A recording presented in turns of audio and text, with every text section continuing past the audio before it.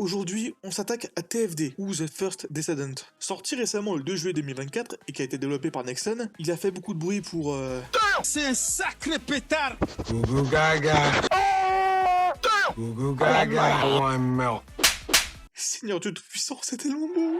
Oh, quoi encore? Oh, écoutez, les devs ont bien mis ces magnifiques paires de fesses pour attirer les gars. Et ça marche même beaucoup trop bien. Et pourquoi? Je suis en pleine réflexion pour savoir si oui ou non je vais piocher dans mon livret A. Oui bon, je sais, je suis misérable. Les femmes se tapent Silus, nous on se tape attendez, je dois choisir quoi là exactement? Freyna ou Hailey? Ouais, c'est un champ cornélien ça. Je connais. Bon, évidemment, ça se résume pas qu'à une divine paire de fesses, et de corps tout aussi magnifiques, bien que soyons honnêtes, ça a été l'un des arguments pour motiver bon nombre de joueurs à bien consommer ce farmer shooter.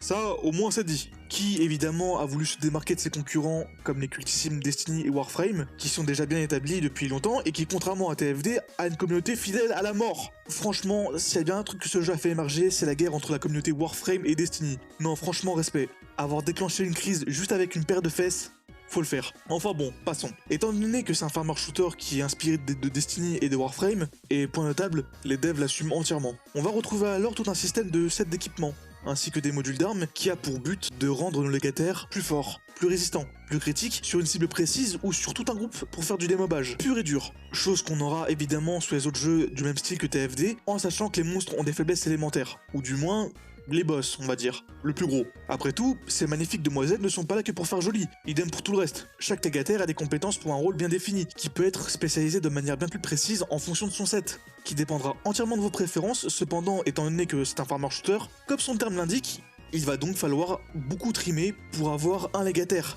ainsi que les pièces d'équipement, modules, etc., pour pouvoir faire le set de la mort qui tue tant espéré. Peut-être que pour les autres, cela peut paraître absurde, voire complètement stupide, mais que voulez-vous? Pour ceux qui ont joué à Warframe et Destiny, on aime se tuer à la tâche pour avoir le meilleur personnage possible et de pouvoir rouler sur tout le jeu ensuite. C'est tellement gratifiant en plus, alors si accessoirement on peut se rincer l'œil tout en tuant tout ce qui bouge, que peut-on demander de plus? Oh les tétés. Et ne me faites pas dire ce que je n'ai pas dit. Le fait que les légataires féminines aient ce cara design là est totalement le but recherché par les devs. D'un autre point de vue, c'est pire, car ils en jouent. Il n'y a rien qu'à regarder les skins pour comprendre que c'est l'un des arguments qui, en quelque sorte, vous motive à rester et à jouer. Enfin, je crois. Enfin, je doute que les devs ont fait ça pour autre chose, non? Ce qui est sûr, c'est qu'ils avaient au moins une paluche dans le falzar. Ça, par contre, y a pas de doute. Parole d'homme. Bon, au-delà de ça, je trouve que les compétences sont gratifiantes à utiliser. Une fois qu'on est surboosté à la mort par notre set, elles sont ma foi plutôt classe, et plutôt très bien animées, selon moi, sans pour autant être aussi caricatural que ceux qu'on imagine en voyant les légataires. Non, parce que je suis désolé, quand je vois ça, Comme ça me fait bander. je me demande sincèrement juste ce qui se serait passé si l'univers du jeu aurait été dans un monde médiéval et fantastique. Ça aurait été... Attends une minute. Étrangement, ça aurait été une bonne idée en fait. Bon, mis à part ces charmantes demoiselles encore plus à poil et les hommes changés comme des mules rien qu'avec l'armure, ça aurait été sympa. Enfin bon, qu'en est-il de l'intrigue? Laissez-moi vous dire que l'histoire est correcte, voire bien, mais ça se voit direct que les devs n'ont pas apporté plus d'intérêt que ça sur cet aspect-là de leur jeu. En fait, pour le dire franchement, on peut même dire que, hormis l'aspect farm, ils ont fait, je dirais, le minimum en ce qui s'agit du reste. Déjà pour l'histoire. Grossièrement parlant, c'est des envahisseurs venus d'un autre monde appelés Vulgus qui, pendant 100 ans, ont roulé sur toute l'humanité. Pourquoi et comment? Personne ne le sait. Puis vient le boss des Vulgus, du nom de Karel, Tu t'es fait crever les yeux dernièrement? qui accessoirement est le méchant, le vilain, l'antagoniste le plus caricaturé que j'ai vu de ma vie. Vraiment, c'est cliché à souhait, cheveux blancs, super grand, teint pâle, c'est la caricature du méchant, qui, mû par de sombres dessins, a foutu le bordel dans les deux mondes. Encore une fois, pourquoi, comment, n'en sais rien. Faut croire que personne n'a essayé de savoir. Et puis si je peux me permettre, parmi tous les noms de méchants, c'est ça qu'ils ont trouvé. Karel. Oh les mecs, faites un effort. Sérieux quoi. Il manque juste un Sheb à côté de son prénom, et c'est bon, on a un chanteur de rail. Sheb Karel. En vrai, ça le fait, hein. En même temps, pourquoi s'intéresser à un vieux monsieur tout gris quand vous avez ça en face de vous? Non mais sérieux, pourquoi faut-il que même la PNJ soit magnifique? Y a pas une dame Ginette la poufiasse là quelque part? Quoi que tu me diras, ça serait l'intro de la bande. Vous savez quoi? Je pense qu'à ce niveau-là, elle serait brûlée au bûcher. Non, c'est sûr et certain. Hérétique! Au bûcher! C'est le bûcher! Sinon ça va vous? Vous savez que Tencent va racheter Ubisoft? Bon, maintenant, c'est au tour du gameplay. Disons que dans les sensations, on est entre du Destiny et du Anthem. Et en ce qui s'agit des combats en eux-mêmes, c'est impactant. C'est fluide, ça explose, enfin bref, c'est typique des jeux coréens. Franchement, s'il y a bien un domaine où les Coréens sont bons, enfin les studios coréens, c'est de faire des attaques qui envoient, qui en jettent, tant sur les effets spéciaux que sur tout le reste. Soit dit en passant, Lost Ark est un très bon exemple, si je peux me permettre. Bon, après faut pas abuser par contre, hein. Sur le corps à corps, ils ont pompé tous les systèmes de Warframe, sauf son système de mêlée avec objet, qui en soi est incroyable, qui, autant là, c'est juste quelques armes interchangeables qui ne servent à rien en mode difficile. Franchement, c'est même le moyen pour crever tout de suite. Vous pouvez essayer, hein, rien ne vous en empêche. Mais une chose est sûre, c'est que vous aurez l'air d'un malade fou allié avec un post-it écrit fouette-moi aux yeux de ces trucs. Je suis gentil comme mec. Hein? Mais lâchez ta, non? Faut pas me provoquer, hein? Je vais expliquer ta grand-mère fois et tous tes enfants, mon gars. T'inquiète pas. Ouais, non, attends, c'est vrai que ça fait très route 34 dit comme ça. J'aurais dû mieux choisir mes mots, mais vous avez compris. Et puis en parlant de pomper, faut voir comment ils ont pompé Destiny. Non, parce que je suis désolé, si vous me dites que cette arme-là, elle est pas inspirée du casse-cou, on se fout de ma gueule. Ou ce truc-là, ou bien ça, là. Je pourrais continuer, hein. Bon, après, j'imagine que ça a pas fait plus de bruit que ça, parce que... j'imagine que les yeux de tout le monde étaient visiblement ailleurs. Bon, après, évidemment, ça ne signifie pas que Nexon a forcément tout pompé sur ses prédécesseurs. Chacun des légataires ont des systèmes bien différents. Ils ne se jouent pas de la même manière, et puis disons que... franchement, tout le monde l'aurait vite vu si ça aurait été le cas. Bon, maintenant, venons-en aux cartes du jeu. Il y a des points négatifs, il y a des points positifs, mais ne vous en faites pas, votre goujat préféré est là. C'est vrai. Et on va décortiquer ça ensemble, évidemment. Globalement, le jeu est très beau graphiquement. Cependant, il peut l'être encore plus.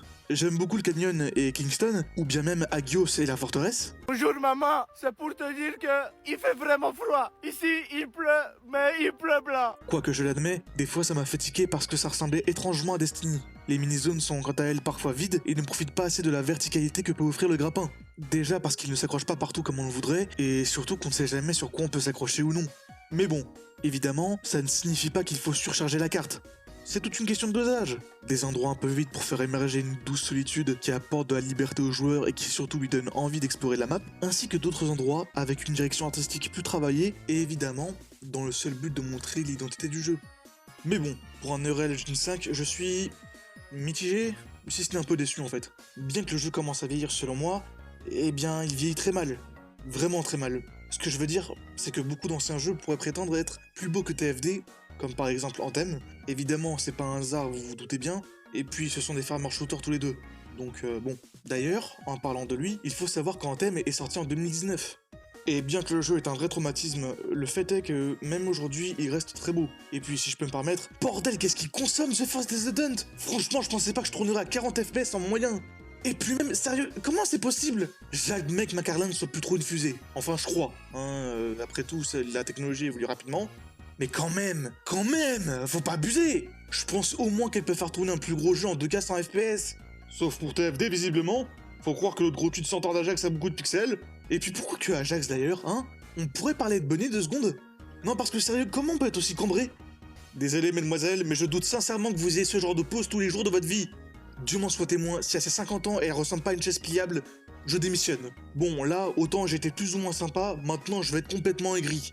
On en parle de la boutique? Non, parce que devoir payer 100 € un locataire épique. Bon, d'accord, j'ai peut-être un peu hésité quand on voit certains arguments de poids comme le charisme d'Ajax Ultime. Bon, je sais que j'aurais pu dire autre chose, mais il est préférable que je me taise par respect pour ces charmantes demoiselles. Bon, après, faut pas se mentir, j'aurais bien aimé les squares. Oh, quoi encore? Oh, vous êtes susceptible, faut dire ce qu'il y a au bout d'un moment, merde! Bon, plus sérieusement, il faut d'abord savoir ce qui fait un bon farmer shooter. Selon moi, je dirais que c'est le système de progression du jeu et de la sensation que ça procure, ainsi que le fait de prendre ces deux choses-là en compte sur la durée. Plus simplement, un bon farmer shooter, c'est le jeu où tu vas jouer des heures sans que tu n'aies à te rendre compte que tu refais inlassablement la même chose pour un objet précis, parce que la sensation de progression est si bonne que tu ne la sens pas, ou qu'au moins, tu l'ignores. Avec du recul, on se rend compte que c'est tristement presque comme une drogue. Enfin bref, là n'est pas le sujet. De ce point de vue, est-ce qu'on peut estimer que TFD est un bon farmer shooter? À mon sens, pas vraiment. Moi qui me suis tué sur la licence Destiny, je n'éprouve pas autant de plaisir sur TFD car la sensation de farmer se fait trop ressentir.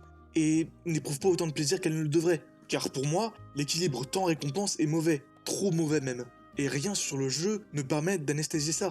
Cet effet-là, ni l'histoire ou ce qu'elle implique, ni les activités qu'on peut faire avec ou contre d'autres joueurs. Bon après j'imagine, Enfin, je pense même que ça paraît évident que c'est dû au fait que j'ai beaucoup joué à Destiny et qui, contrairement à TFD, ont mis plus de travail sur l'aspect narratif du jeu, et c'est là où je vais parler du plus gros problème de jeu. Je saurais pas comment le dire autrement, mais The First Descendant est, selon moi, à mes yeux, est vide. Ce jeu n'a aucun caractère, il n'y a rien qui est à lui, il n'y a rien d'authentique. Rien qui te fait dire que ce jeu est différent des autres, rien qui te fait dire que ce farmer shooter là est différent des autres. Rien qui montre ou qui te fait dire que ce farmer shooter là va t'offrir une immersion ou une expérience qui est différente des autres. Un peu comme un Borderlands par exemple, enfin avant qu'il sorte cette boost du 3, mais bref, c'est un autre sujet. Bien que le jeu ait beaucoup de potentiel, il est mal exploité. Non mais faut se rendre compte, ils se sont pris la peine de faire un lore autour de chaque légataire et personnage secondaire, tout ça pour qu'il y ait aucune animation ni cinématique. Alors que pourtant, il y a certains légataires qui en valent la peine. C'est du gâchis, pur et dur. D'ailleurs, en y repensant, on retrouve souvent ce genre de défaut dans les jeux coréens et comme d'autres. Par exemple, le lip sync, lorsque les lèvres bougent par rapport aux phrases, est totalement désynchronisé. Des cinématiques avec des audios qui sont coupés sur la fin, ou des effets visuels qui fonctionnent pas très bien. Et ça... Oui bon d'accord, ok, sa plastique est magnifique. Mais ce n'est pas de ça dont je parle, donc on se concentre 2 minutes, s'il vous plaît, on réagit, s'il vous plaît. La caméra, tu peux juste dézoomer un petit peu plus? Pardon, désolé. Petite erreur technique. c'est une faute d'inattention. Hein. On reprend.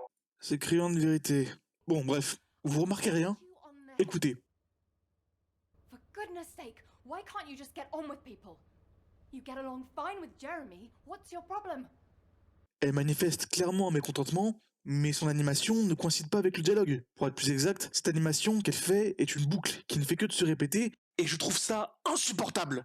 Une histoire incroyable à raconter, mais que les devs n'ont pas envie de la mettre en scène, sous prétexte que la plupart des joueurs vont passer parce qu'ils veulent juste farmer. Sauf qu'il est là le problème. Si le jeu ne fait pas en sorte de m'attacher à une histoire ou à des personnages, pourquoi j'irai farmer? Cette stratégie sur le long terme n'est pas quelque chose de viable, et quand on regarde les stats de TFD en ce qu'il s'agit des joueurs, c'est flagrant. Ce qui fait qu'au final, The First Descendant est un bon jeu, mais il n'a aucun caractère. Les maps sont totalement vides et ne permettent pas aux joueurs d'interagir entre eux car manque d'événements, les quêtes et les boss qui y sont à l'intérieur, ainsi que leur contenu et tout ce qui en implique sont surrecyclés.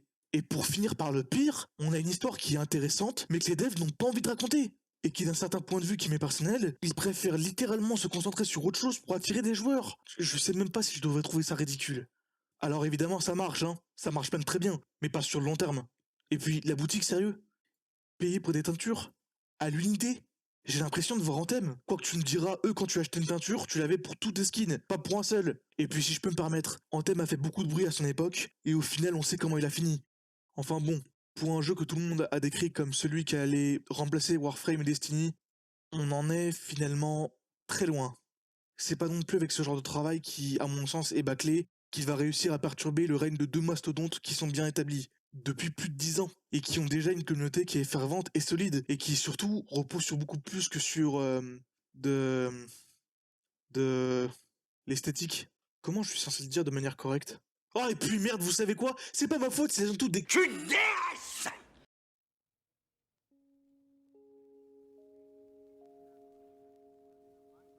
Bonsoir à tous, vous en faites pas, c'est Carsonal. Je ne vais pas vous faire le speech habituel de vous demander si la vidéo vous a plu, même si j'ai une petite idée de la réponse, ni de vous demander de laisser un like ou un commentaire, bien que je serais ravi d'un cadeau si chaleureux en cette fin d'année. Non, plus sérieusement, je tenais juste à vous dire bonne fête évidemment, et puis profitez-en avec vos proches et vos familles. C'est le plus important. Du bonheur et de la joie à nous tous, et je vous dis à bientôt pour une nouvelle vidéo. Bonne soirée, et bonne fête à tous.